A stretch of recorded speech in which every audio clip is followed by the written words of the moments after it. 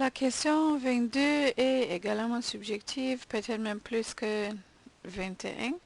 Maintenant, on parle des rôles et la représentation des groupes en tant que leur égalité de compétences et, et les rôles qu'ils jouent dans le conte ou dans le livre. Il y a des explications aussi dans votre guide. Je vous dirige vers cette explication, mais en fait, ce qu'on voudrait éviter, c'est qu'un groupe, soit un groupe ethnique ou un groupe religieux ou un des deux sexes, soit présenté comme inférieur à l'autre dans un sens à un autre. Donc, par exemple, si tous les scientifiques sont dépeints comme des hommes et dans le livre toutes les femmes sont seulement à la maison ou bien vous avez une salle de classe qui n'ont que des images des garçons et les filles sont absentes. Ça donne l'impression que, par exemple, les femmes ne sont pas capables d'être scientifiques ou ne sont pas capables d'aller à l'école, etc. Donc, on dirait que ça, c'est une représentation de rôle inégal. Et pour cela, si vous voyez que d'autres sont dépeints avec des compétences inégales, des rôles inégaux, etc., c'est en ce moment que vous allez choisir la deuxième. Si votre histoire n'a que les hommes ou n'a que les femmes, là, il n'y a pas de point de comparaison des rôles des deux.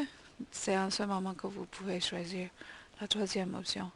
Ou par exemple, encore s'il s'agit par exemple des animaux et on n'est pas sûr ceux qui sont mâles ou femelles, même si souvent c'est toujours évident, surtout s'ils s'habillent comme des êtres humains, mais dans le cas où c'est pas évident, vous avez aussi ce choix. Même chose pour le 22B. Maintenant, si les religions ou les identités religieuses ou ethniques sont représentées dans les images, on veut aussi nous assurer qu'un groupe n'est pas représenté comme inférieur ou supérieur à l'autre, surtout d'une manière qui peut offendre le groupe qui est représenté comme inférieur. Si l'identité religieuse ou ethnique n'est pas apparente, on ne peut pas dire que l'un ou l'autre est supérieur ou inférieur et on choisit la dernière option. Ou dans le cas où un seul groupe est représenté, il n'y a pas de point de comparaison. Et la même chose pour la troisième partie sur l'invalidité. Dans les handicapés, est-ce que s'ils apparaissent même dans le livre, est-ce qu'on les montre en train de participer activement à la vie et aux activités que les autres qui n'ont pas d'handicap ou non? Donc, encore,